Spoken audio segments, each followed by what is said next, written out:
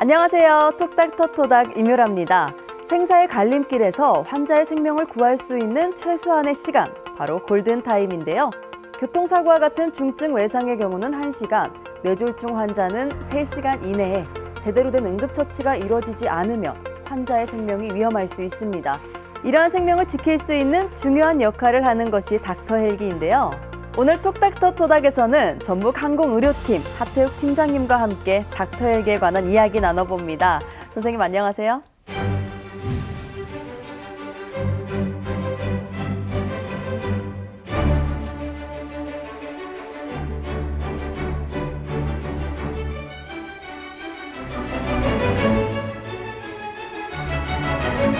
닥터헬기가 여러 차례 방송을 통해서도 소개가 돼서 이제는 많은 분들이 좀 익숙하지 않을까 싶기도 한데요. 그래도 아직 생소한 분들을 위해 닥터헬기란 이런 거다 설명해 주신다면요? 닥터헬기는 응급의료법에 근거해 응급의료 취약지역에서 발생한 응급 환자의 신속한 항공이송과 응급처치를 위해서 의료진이 헬기에 직접 탑승하여 출동하는 전담헬기로 날아다니는 응급실이라고 불립니다. 날아다니는 응급실이요? 그러면 닥터헬기는 날아다니는 응급실이다 이렇게 기억하면 좋겠네요. 그런데 소방헬기나 해양헬기도 구조 외에 응급 환자를 이송하는 경우가 있잖아요. 그렇다면 닥터헬기와 구조헬기는 어떤 차이점이 있는지도 궁금한데요. 닥터헬기와 구조헬기 둘 다 항공으로 환자를 이송한다는 공통점은 있지만 닥터헬기는 응급의학과 전문의와 간호사 또는 응급구조사가 탑승하여 현장에서부터 전문적인 처치를 제공하고 골든타임이 필요한 환자에게 효율적인 성과를 보이고 있습니다. 그렇다면 닥터헬기로 이송되는 환자는 굉장히 상황이 위급하고 총각을 다투는 경우일 것 같은데 주로 어떤 환자들이 닥터헬기를 이용하나요? 중증 외상 환자나 급성 뇌졸중 그리고 급성 심근경색과 같은 위급한 상황의 환자들이거나 그 밖에 중증 급성 환자들을 이송하고 있습니다. 그렇다면 환자의 상황이나 상태에 따라서도 응급치료의 방법들이 달라질 텐데 그렇다면 의료 장비나 약품들도 좀 다양하게 갖춰져 있어야 할 것 같아요. 닥터헬기 안에는 어느 정도의 의료 장비나 약품들이 구비되어 있는지도 궁금합니다. 네, 닥터헬기에는 기도삽입기, 정맥주입기, 초음파 진단기와 심장 제세동기 등을 비롯한 각종 응급의료 장비들과 항응호제, 혈관 수축제, 혈관 확증제 등 헬기 내에서 응급 환자에게 초기 대응을 할 수 있는 다양한 약물들이 구비되어 있습니다. 와, 근데 이렇게 응급의학과 전문 의료진이 직접 닥터헬기에 탑승을 해서 구비된 의료 장비들과 의약품으로 응급치료를 한다면 환자의 생존율도 상당히 높아질 것 같은데요. 어떤가요? 네, 그렇습니다. 중증 환자를 살릴 수 있는 골든타임은 중증 외상이 1시간, 심장질환이 2시간, 급성 뇌졸중이나 허혈성 질환이 3시간 이내입니다. 실제로 닥터헬기가 도입된 이후 병원까지 이송 시간이 구급차로 이송했을 때보다 약 3분의 1이 단축되어 시술과 수술이 필요한 환자의 골든타임이 확보되었고 환자를 이송하면서 응급의학과 전문의가 직접 응급조치와 치료를 하기 때문에 환자의 생존율이 많이 높아졌습니다. 와, 하늘을 날고 있는 헬기 안에서 응급조치뿐 아니라 응급치료까지도 한다면 닥터헬기에 탑승하는 의료진의 능력도 중요할 것 같은데요. 탑승할 수 있는 의료진의 조건도 있는지 궁금해요. 닥터헬기는 응급의료진에 속해 있는 응급의학과 전문의가 탑승하며 그 외 의료진은 2년 이상 응급실 근무 경력이 있어야 합니다. 또한 탑승 전 교육 이수와 5회 이상의 탑승 교육을 통해서 헬기 탑승이 적합한지를 판단합니다. 아무래도 근데 헬기 안에 공간이 그렇게 넓을 수는 없잖아요. 게다가 적지 않은 의료 장비들도 있어서 치료할 수 있는 공간이 협소할 것 같은데 어려운 점은 없을까요? 네, 현재 전라북도에서 운행하고 있는 닥터헬기는 소형에 속합니다. 그래서 환자를 이송할 때 전문의 1명과 간호사 1명, 그리고 환자가 타면 공간이 비좁은 건 사실입니다. 따라서 일부 시술은 헬기에서 시행하기가 어려워 현장에서 직접 시행하고 헬기에 탑승하기도 합니다. 네, 방금 전라북도엔 소형 헬기가 있다고 말씀하셨잖아요. 그럼 다른 지역은 대형 헬기가 있나요? 현재 전국의 닥터헬기는 8곳에서 운행되고 있습니다.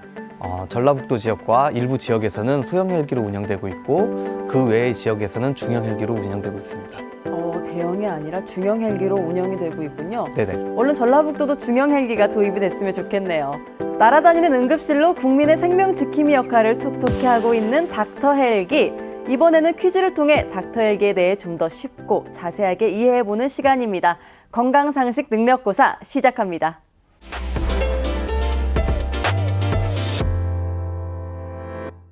선생님, 첫 번째 문제 주시죠. 네, 문제 드리겠습니다. 닥터 헬기는 응급 상황이라면 누구나 요청할 수 있다. 맞으면 O, 아니면 X를 선택해 주세요. 이것은 절대로 하면 안 되는 건데 119 구급대분들이 장난 전화를 받고 출동하는 경우가 종종 있잖아요. 그런데 닥터 헬기는 더더욱 이런 일이 있으면 안 될 것 같아서 저는 X를 선택하겠습니다. 네, 첫 번째 문제의 정답은 X. 잘 맞추셨습니다. 닥터 헬기는 응급 상황이라도 누구나 요청할 수 있는 것은 아닙니다. 출동 요청은 응급 환자를 치료 중인 의사나 119, 그리고 섬 지역에서는 보건 의료인이 없는 경우 지정된 민간인만이 할 수 있습니다. 섬 얘기가 나오니까 갑자기 궁금해졌는데요. 바다 위에서 사고가 난 경우에도 닥터 헬기를 요청할 수 있나요? 네, 가끔 해경이나 해군을 통해서 요청이 들어옵니다. 그러나 닥터 헬기는 구조 작업을 하지 않기 때문에 해경이나 해군에서 구조를 하면 인근 도서 지역의 인계점에서 환자를 인계받아 병원으로 이송하고 있습니다. 그렇다면 이제 다음 문제로 넘어가 볼까요? 다음 문제 드리겠습니다. 닥터 헬기는 운용 시간과 범위가 정해져 있다. 그렇다면 O 아니면 X를 선택하시면 됩니다.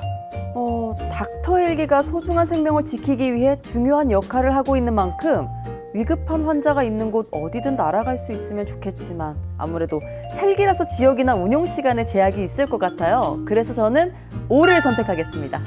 네, 두 번째 정답은 제가 아닌 다른 분에게 정답을 듣겠습니다. 다른 분이요? 화면을 보시죠. 자, 보시죠.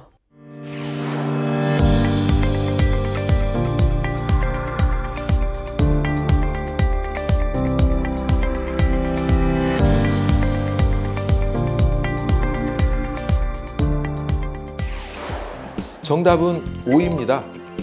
닥터 헬기는 운용 시간과 범위가 정해져 있습니다. 그 이유는 우리 도민들에게 보다 더 안전한 닥터 헬기 운영을 위해서입니다. 우선 첫째는 닥터 헬기는 소형이기 때문에 이동의 거리가 제한적입니다. 반경 100km 이내로 정하고 있는데요. 중간에 연료를 주입을 할 수 없기 때문에 그런 제한을 두고 있습니다. 또 하나, 소형이기 때문에 악천후라든지 일과 후에는 운용을 하는데 매우 어려운 부분들이 있습니다. 그래서 일출에서 일몰까지 그 사이에 운용이 되고 있습니다. 그리고 구급차에서 닥터 헬기로 환자분을 안전하게 인계를 해드리는 장소를 인계점이라고 표현을 하는데요. 우리 전라북도에는 117개소가 운용이 되고 있습니다. 현재 서부권보다는 동부 산악 지역의 응급의료 서비스가 조금 취약한 부분들이 있습니다. 지역민들이 적극적으로 닥터 헬기의 그 소음에도 불구하고 생명을 살리는 그런 소리로 인식을 해주시면서 현재 인계점을 확보하는데도 매우 도민들의 도움을 받고 있습니다. 이 이후에도 우리 전라북도는 닥터 헬기를 정상적으로 운용을 해서 우리 도민들의 건강과 안전을 지키기 위해서 최선을 다하겠습니다. 감사합니다. 와, TV에서 자주 뵙던 분이 정답도 알려주시고 자세하게 설명까지 해주셨는데요. 깜짝 출연 감사드리고요. 앞으로도 전라북도민의 건강을 위해 더욱 애써주시기 바랍니다. 네, 여러분, 닥터 헬기에 관한 유익한 정보들 많으셨나요? 지금까지 건강상식 능력고사였습니다.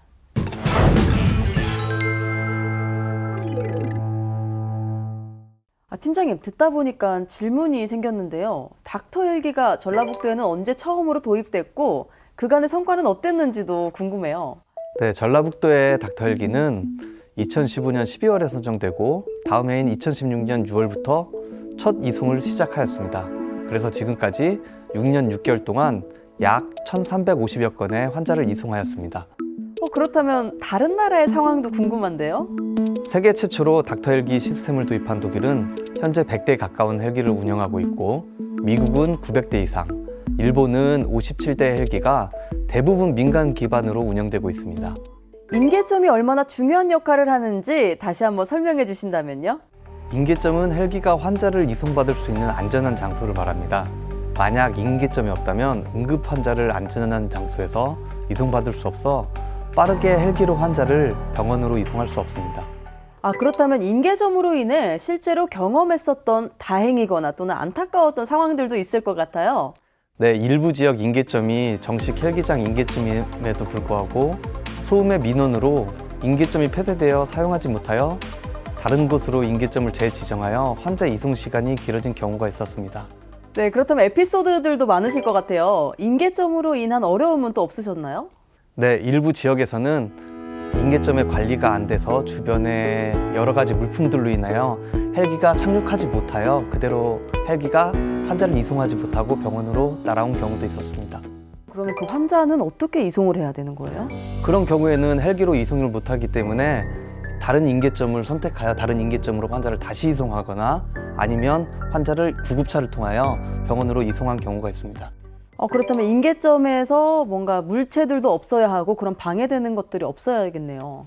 네, 그렇습니다. 인계점은 헬기가 착륙할 수 있는 충분한 공간, 즉 약 30m 정도의 공간이 필요하고요. 그 주변에는 날릴 수 있는 물품, 또한 주변에 높은 나무가 없어야 됩니다. 네, 오늘 하태욱 팀장님과 함께 닥터헬기에 관한 이야기 나눠봤는데요. 마지막으로 시청자분들에게 전하고 싶은 말씀이 있을까요? 종종 닥터헬기 소음에 관련하여 민원이 들어올 때가 있는데 시끄러운 소리라고 생각하지 마시고 소중한 생명을 구하는 소리라고 생각하여 주시면 감사하겠습니다. 네, 앞으로 헬기 소음이 들린다면 내 가족이다라고 생각하고 너그러운 마음으로 이해해 주시면 감사하겠습니다. 네, 오늘 톡닥터토닥 하태욱 팀장님과 함께 닥터헬기에 관한 이야기 나눠봤는데요. 다음 시간에도 유익한 의학 정보로 인사드리겠습니다. 함께해 주신 시청자 여러분 고맙습니다.